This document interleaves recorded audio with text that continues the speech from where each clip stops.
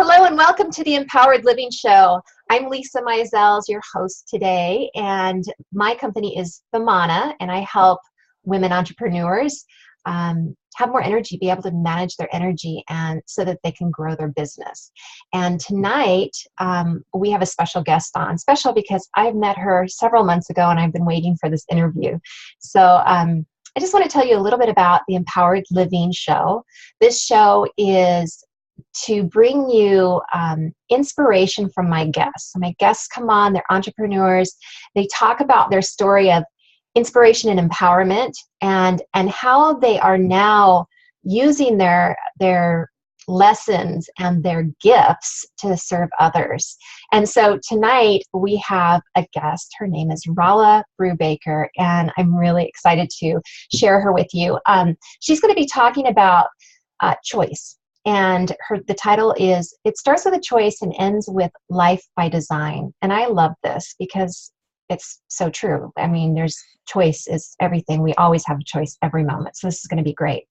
Let me tell you a little bit about Rala.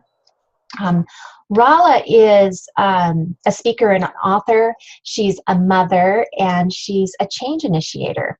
And she believes that your life is your choice, whether conscious or not. And that you have a divine responsibility to learn to choose and to design and to create a life worth living. I so agree with that. It's like you are the director of your life, right?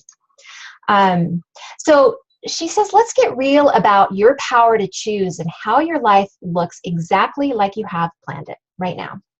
You get choice. You can choose, design, and create your life to be exactly as you desire it to be. And she guides you in discovering how to release beliefs that hold you back and to be able to replace them with beliefs that actually support you and support you in being able to design that life that you love. So Rala, welcome. Hi, thank you for having me. So excited to be with you tonight. I feel like this has been months and months in coming. It has. It has. And it's great. It's like, when you meet somebody on email or social media, it's different than when you can actually, we're almost in person, almost virtually. I know. That's great. So tell us a little bit more about yourself and your story about how you got to be where you are and doing what you're doing. Okay, so it's a very long story. I'll try to be brief. I am a natural coach. I always crack up because it doesn't matter where I'm at, I end up coaching somebody somewhere. And it's usually along the topic of when somebody in the group I'm in will say, oh, it just didn't work out for me. It just went the wrong way. And then I start going, so what happened before it went the wrong way? And pretty soon we're in a whole conversation. And so I got divorced. I had 2 kids, and I realized I built a business with my ex-husband. And so he wanted it. And so I suddenly had 8.5 years of money that was coming to me, and I had the opportunity. I had chosen somewhere along the way and created and designed the opportunity to have this money and to be able to go out in the world and follow my heart and not be doing the thing we all do, which is, well, I should get a job because I have these kids to raise. Mm-hmm. I should, and I took all the flack with the, well, you should be a real estate agent because you're great at that, and you should. And anytime the word should came into a sentence, I would go, with love and respect, if it starts with should, I'm not doing it. I'm not going to do it without at least investigating the should. Mm-hmm. And so I heard that come out of my mouth a couple of times, and I went, well, that's interesting. And I'd never, ever, ever, I was 41. Had to calculate, sorry. I was 41 years old at the time, and I had never, not one time, given myself permission to not should. Yeah. And to go, but I love doing this.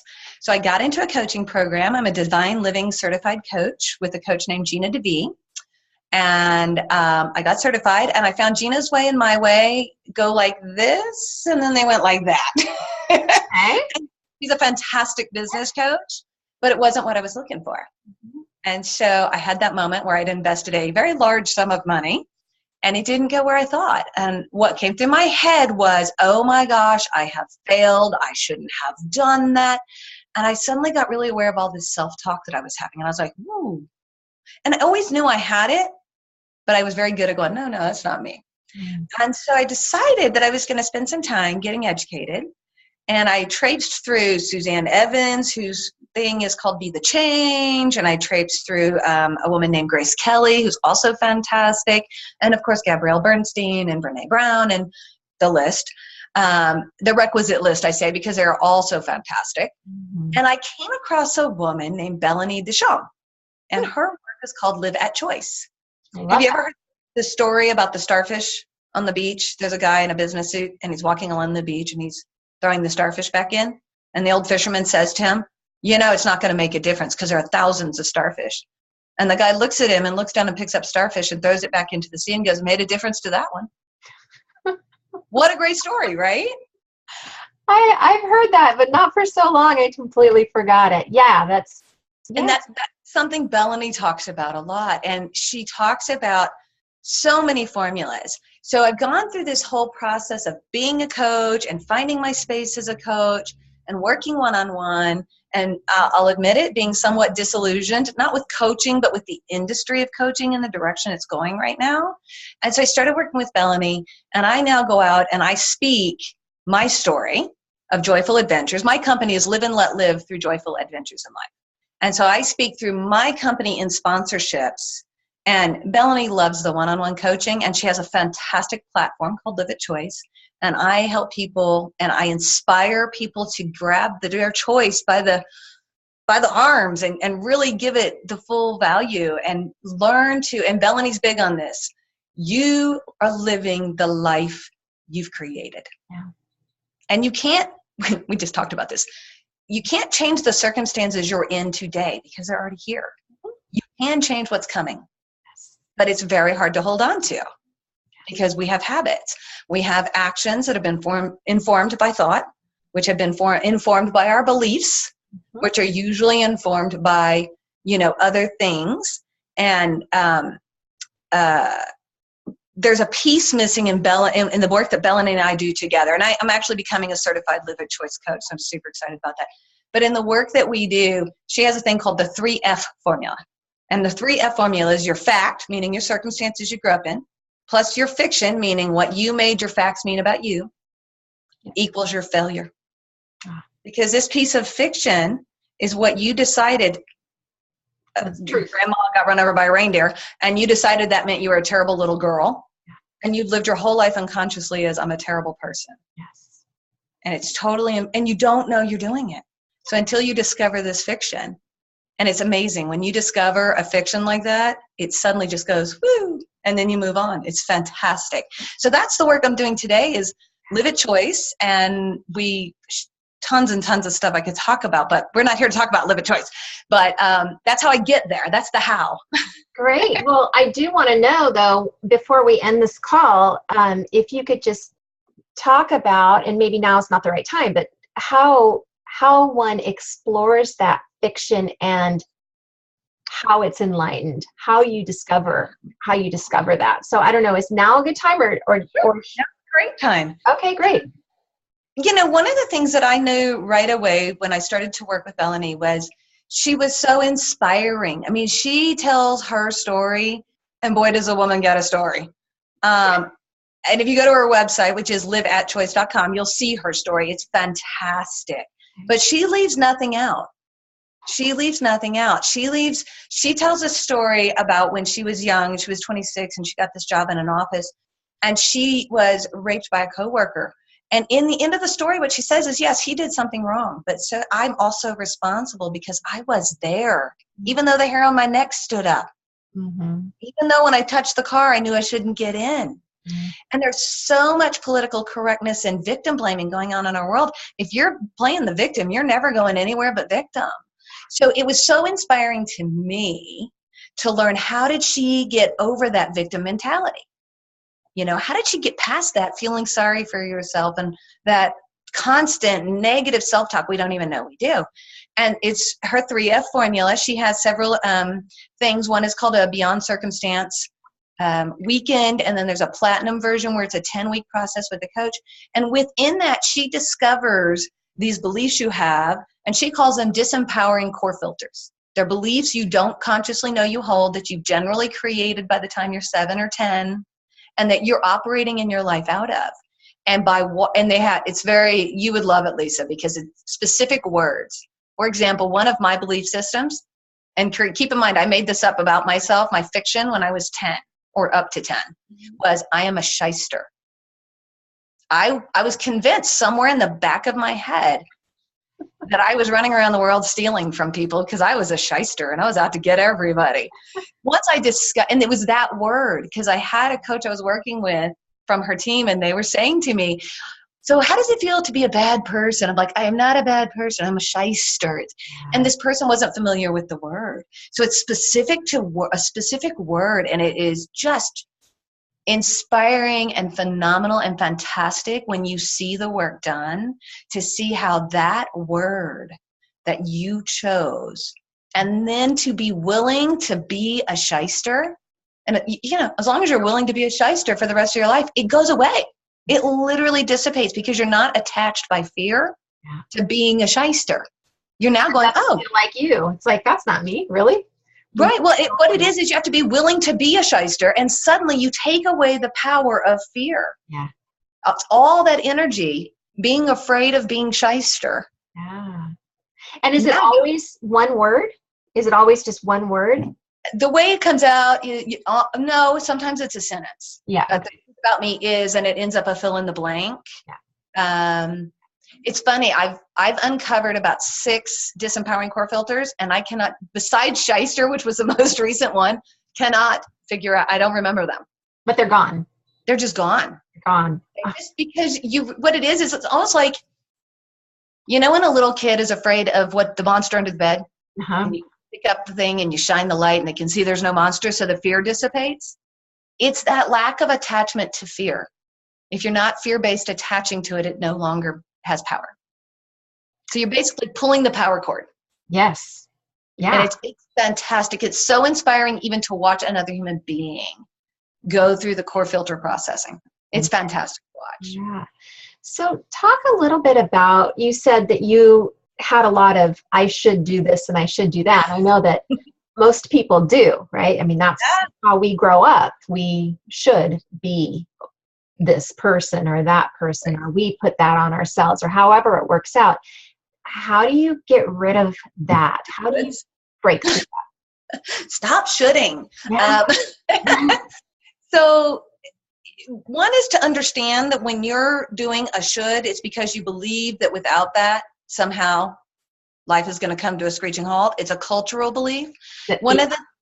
So it is fear. They are usually fear-based. What it comes down to at the end of the day is, if I don't behave the way I'm supposed to, if I don't should, I'm not going to be accepted. And if I, as much as we run around, it's okay, I don't care if they don't like me. How often do we say that? And it's here we don't care. But in our hearts, one of our core needs as human beings is intimacy. And I'm not just talking about sexual intimacy, but emotional vulnerability, the ability to be exactly who you are with someone and share that without being so terrified that they're not going to accept you. Yeah. And that's what we're all really looking for, is those vulnerabilities where we can do that. So when you're shoulding, you're basically trying to keep up with the Joneses. Mm-hmm. Yeah. I should have a nicer car. I should work more hours. I should get my bum under control. I should have longer hair, whatever. And a lot of times these belief systems are actually passed down generationally. Yeah. So one of the things when you work with me at Live and Let Live and Joyful Adventures in Life, one of the first things I say is, whose belief are you living? Right. If you believe you should this, why should you? What kind of a person doesn't do that? Yes. And a should will almost always lead you to a disempowering filter, almost every time. It's funny you talk about like ancestral things, and I was noticing a couple of years ago that I say I'm sorry, just habit. It's habitual. And I noticed my sister says I'm sorry, and I was talking to my cousin about it, and she says I do that too. And females. Yeah. Isn't that? It's an entire culture that we live in, that we've taught women that they're the ones that are supposed to fix it all and keep it all on the even keel. So we've taught females it's their job to be sorry. Yeah, and we're all smart, successful women. So it's, and it's like, that's crazy. My husband even goes, what are you sorry about? And I still catch myself doing it. It's just an unconscious thing. Yeah, and likely there's some attachment to being sorry that is actually attached to feeling bad about yourself, somewhere you're not even conscious of. But there's a connection. But, think about what we teach our children.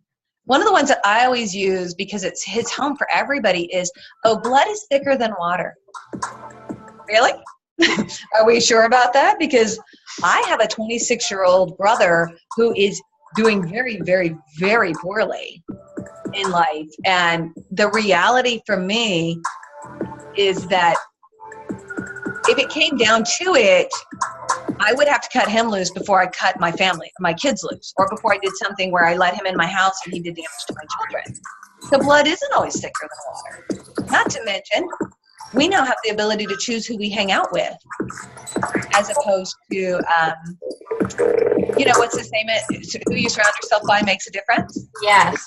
I'm hearing music. Sure. Are you? No, I'm music too. I was hearing music. Somebody came in. Can you mute that person? I don't know how to do that. Because I can't on my end. So we've got some sexy music going on. We'll just there she goes. Put it down. Okay, well, we'll just move on and pretend like it's not there, because I honestly don't see any way to. Because I don't have that. I don't think I had any other windows up, so hang on. Let's just double check. No, it's this person here. Oh, it is? Okay. Oh, they're gone. Okay. They're gone now. Okay. There we go. We're back. It's like Blab. When we used to do Blabs, we would have people come in and it was very interesting. Right, Maggie? Yes. Okay. Yes, it was. Where were we? So we had more men than women. That was the thing. We had more men than women. More men than women, that is for sure. So Rala, talk about your family and how, and the expectations that when you broke out of your shoulds. My shoulds. How did that affect? Because we as women, like you said, we feel responsible for, we are the nurturers historically. And so for you to be able to take that step and just go, I'm breaking all the rules and I'm still good enough and I'm still a good parent. Tell us how that plays out. It's interesting. It started a long time ago. I have a 13 and a 15-year-old, and I took on a then 10-year-old who's now 25. And when I became a mom, I looked at the way I had been parented, from spankings and vaccinations and what kind of, and all the stuff you do. And the chickenpox commercials just started to play on television. And they started, threaten your children are dying from the chickenpox. And it just hit me like a ton of bricks. If this is so blatant, where else is this telling me I have to be a certain way? And it's just completely, yes, there are children that die from encephalitis from the chickenpox. I get it. It's sad. But it's like 1 in 7 million. I mean, seriously. Yeah. And all because something in society wants to make more money. And it really hit home. And that's really the day I was still pregnant. So she's now 15 and a half. So that's how long ago that was. Mm-hmm. And I really started questioning every belief. Blood is thicker than water. Nice girl. If you're going to be, you got to be a nice girl. You got to take care of those around you. You should make sure everybody else is taken care of first before you take care of yourself. Well, that leads to exhaustion. Yep. And I'm not gonna pull your chain. I have a very difficult time putting myself first to this day. It's a conscious choice I have to make. I have to go, wait, I'm on empty, I'm on fumes, and pretty soon I'm gonna start yelling and screaming. That's not good for anybody. I'm gonna put down all the business work I've been doing and have to pick it up in a week, and it's gonna have all fallen apart. That's not gonna help anybody. I'm gonna take the day off. Yep.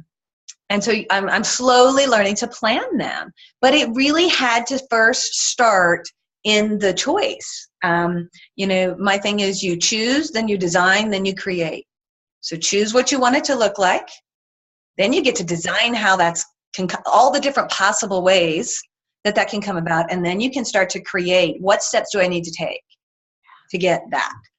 And that's really what it is we're so unconscious in the world. I feel that's what it is. We're so unconscious in the world because we've been taught to just, you grow up, you go to school, you go to high school, you date the football player, you go to prom and get pretty dressed 4 times if you can, you wear the nicest shoes, you go to college, you get married, you get your Louis Vuittons, you get whatever it is for you, right? Yeah. You get your stuff, and by 28, you get married, and you have the first baby, and you have the house and the car, and you wake up at 32 and go, oh my God, what have I done? What is this?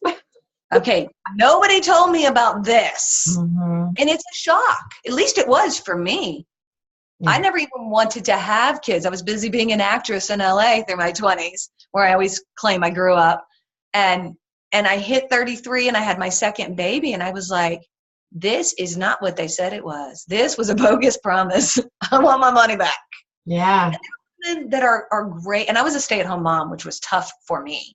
But there are women that staying at home with their kids is everything. And I so admire them because you want me to get on the floor and play with Legos? What?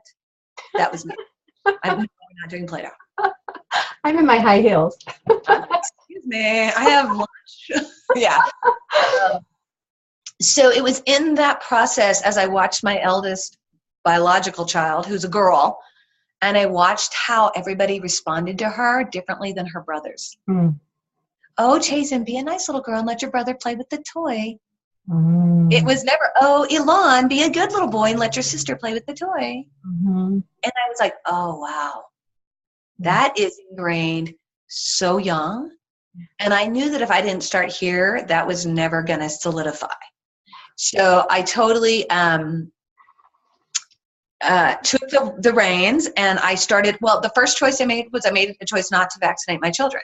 It wasn't that I made the choice to not vaccinate them forever. Mm-hmm. I made the choice that I wanted to really thoroughly research vaccines and pick and choose as necessary and know what I was talking about. So that's how that first step was for my kids. And then once I got empowered and realized that nobody abandoned me, my mom and dad didn't go flying off into Buenos Aires and go, don't ever call us again. And I have an RN for a sister who to this day, we have conversations, but nobody abandoned. I bet. We've decided we won't talk about medical and politics ever again because it's not good. But yeah, so that's how I did it. I took baby steps. I found something I could live with if someone got mad at me. Yeah. So gluten, let's take as an example. I'm no longer going to eat gluten. Well, nobody really cares, except it's a little difficult. So you can start with make a list, a bucket list of everything you'd like to see changed in your life, and pick the one you can live with if someone gets upset about it, and start there. Yeah. And I know that a lot of women don't feel like they're able to speak up for themselves. So it's hard for them to make a change. Do you have any wise wisdom for them? We're almost out of time, but maybe some words of advice for these women that don't feel like they can even make a change because it might affect others around them. It's going to affect others around them. They're going to have to accept that. But the first thing I'd say is go get a really strong-willed friend and watch them and pick something small. Yeah. We're no longer eating carrots at dinner because I hate carrots. Yeah. And once everybody's settled down about carrots, then we're only going to drink purified water. And bedtime's now at 7 prompt or whatever. Pick small, attainable, winnable battles so that you don't have to feel badly about yourself and one thing we do at Live at Choice is we do a miracles log. So every night before you go to bed, you write down the miracles of the day so that you can know what your accomplishments are. We so often don't ever give heed or creed to our accomplishments. Yes. So those are the 2 things I would say. Start small, something that you won't collapse over, and work your way up. Yeah. Yeah.